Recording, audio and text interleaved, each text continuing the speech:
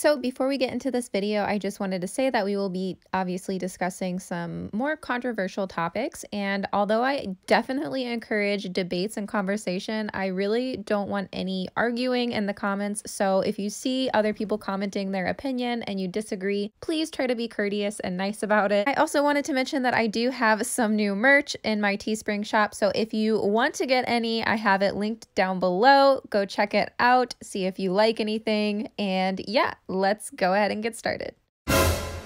What is up? Welcome back to my channel. So today we are going to be talking about the top 7 most controversial tarantula topics. So you might be wondering how I came up with the most controversial. Basically, I used to lurk a lot of tarantula groups, especially on Facebook, and anytime any of these topics came up, it would always just turn into a dumpster fire.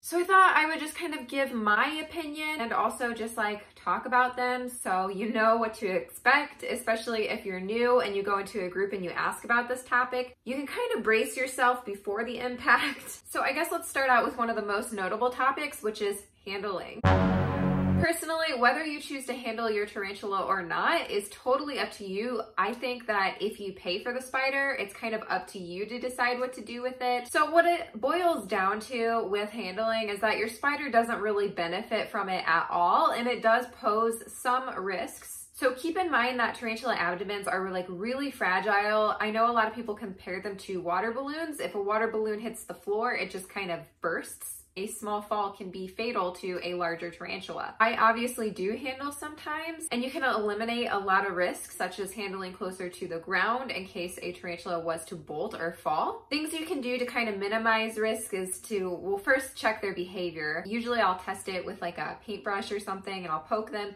If they turn around and they basically confront the paintbrush, that's a good indication to leave it alone. Also, never, ever dig a tarantula out of its burrow. If it's in its burrow, that's where it feels safe. You don't want to destroy that and like pull them out. I just think that's like not a good idea. So don't do that. The best way to let a tarantula come out is to just let it come out on its own. I have a couple different species that as soon as I remove the lid, they'll come right out, walk right on my hand without even any poking at all. Some people will argue that handling a tarantula causes them stress, and I'm not really gonna like say that that's not true, because there certainly are tarantulas that don't want to be handled, but at the same token, it's like we do so much that causes them stress that it's like accepted, being wild caught, being dug out of their burrow, and then even just shipping them. But we all accept it, even though it's likely stressful for the tarantula, but handling is just like so frowned upon, even when they just like crawl out on their own. So, you know, this is just my opinion, so that's what it is. And if yours is different, that's totally fine. Comment it nicely down below. Another topic I see that always seems to turn into a dumpster fire is the debate on if we should feed tarantulas mice or not.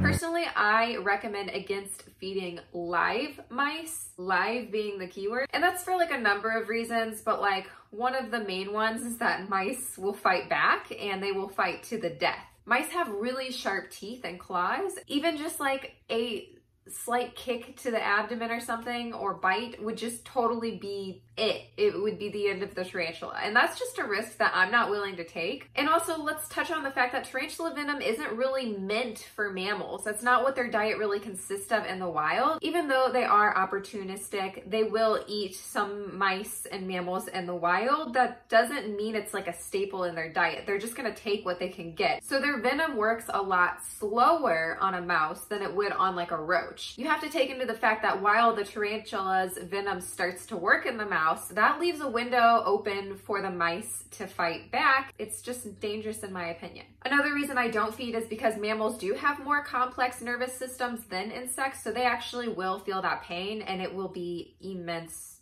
slow, terrible pain. Personally, I don't want to put any animal through that, especially if I don't have to. And it's not even legal in the UK and certain countries. It's not legal to feed a live mouse to a tarantula. So if you're planning on doing it anyway, like I said, it's your spider and your decision, but at least make sure that it's legal in your country before you do that. As for the variety of a tarantula's diet, if you want to feed them a variety, good options that are like larger are hissing cockroaches, hornworms, superworms. You don't have have to just feed your tarantula crickets. And personally, I don't really recommend you just feeding them crickets. I think a varied diet is good. You have a tarantula that just like laid a sack or just went through a molt and you want to give them like a really big meal, you can offer them a thawed pinky. That would be more than enough. Some people will say that feeding mice causes a calcium buildup, which can result in bad molts. That is a myth. There's nothing to really prove that.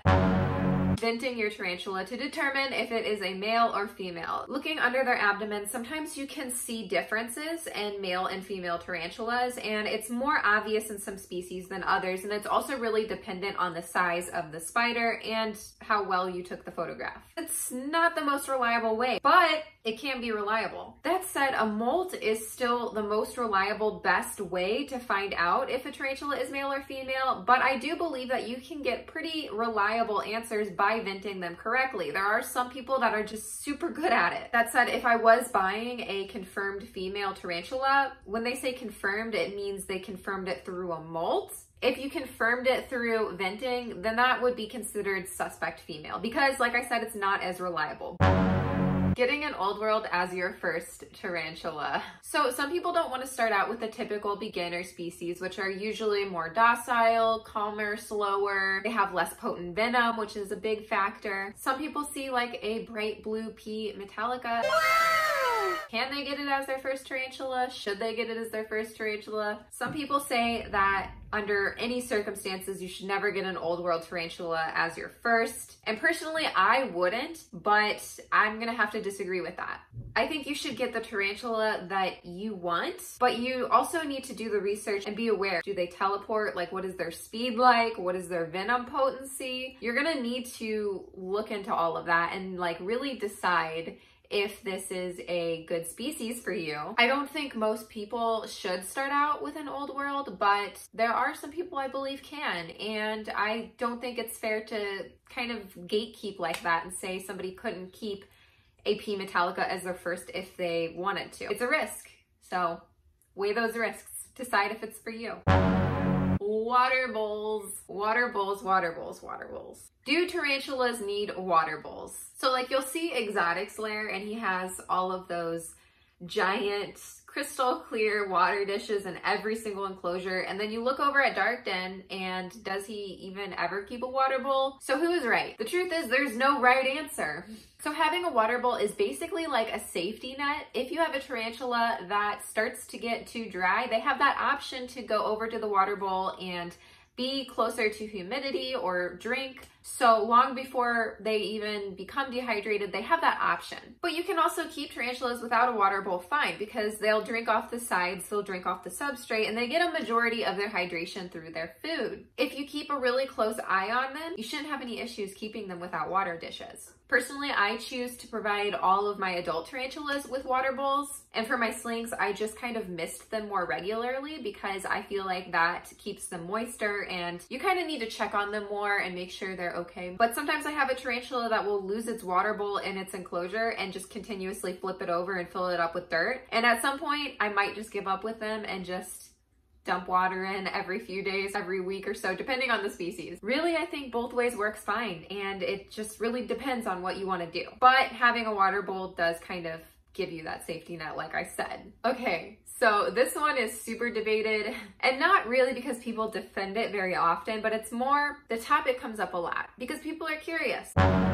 So if you look at the Brachypelma albopilosum hobby form and then you look at the Brachypelma albopilosum wild form, you will see very distinct differences between the two. This is because the hobby form that we actually have is a basically muddied version of the wild form. Being in captivity over time, the species has become tainted. Basically, the species isn't clean like it is in the wild. A lot of people say that the hobby form Brachypelma albopilosum is actually a mix with the vagans.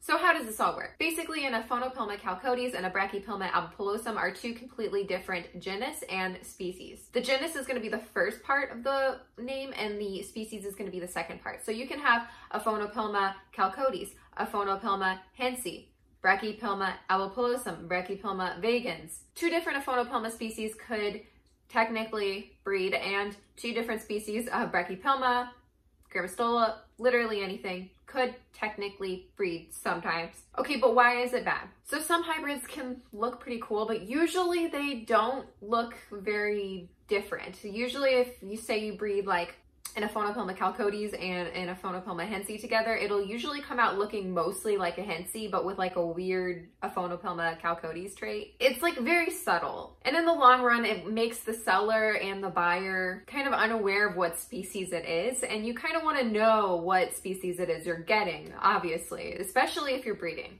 So what you have to keep in mind is that breeding two different breeds of dogs together, you're still breeding the same species. So it's not the same. Therefore, it's just very frowned upon. It pretty much makes that line not pure anymore. You don't know what you're getting or selling or buying or breeding, and it's not good. In fact, that's probably like the only thing in this video I will ask you not to do is make hybrids. Last one, let's talk about communals.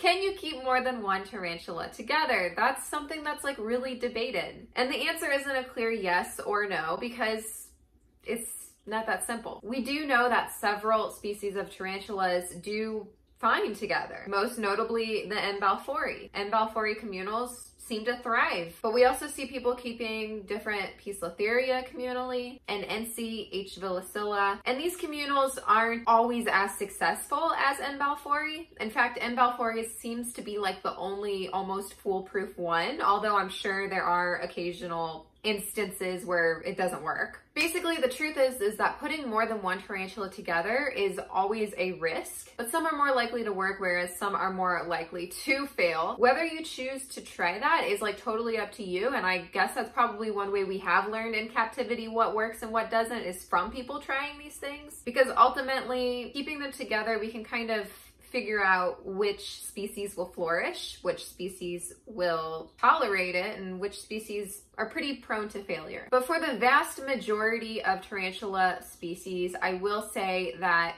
your chances of ending up with just one big fat spider are pretty high. So I wouldn't recommend doing it unless it's a species that's well known for it, like the N. balfouri or even Poecilotheria. But again, it's your call, your spider, your decision, you do you. Thank you guys so much for watching. I hope you enjoyed this video. Like it if you did, subscribe if you're not, and you want to be. Don't forget that I have an Instagram that I use probably way too much. It's at tarantula.kat.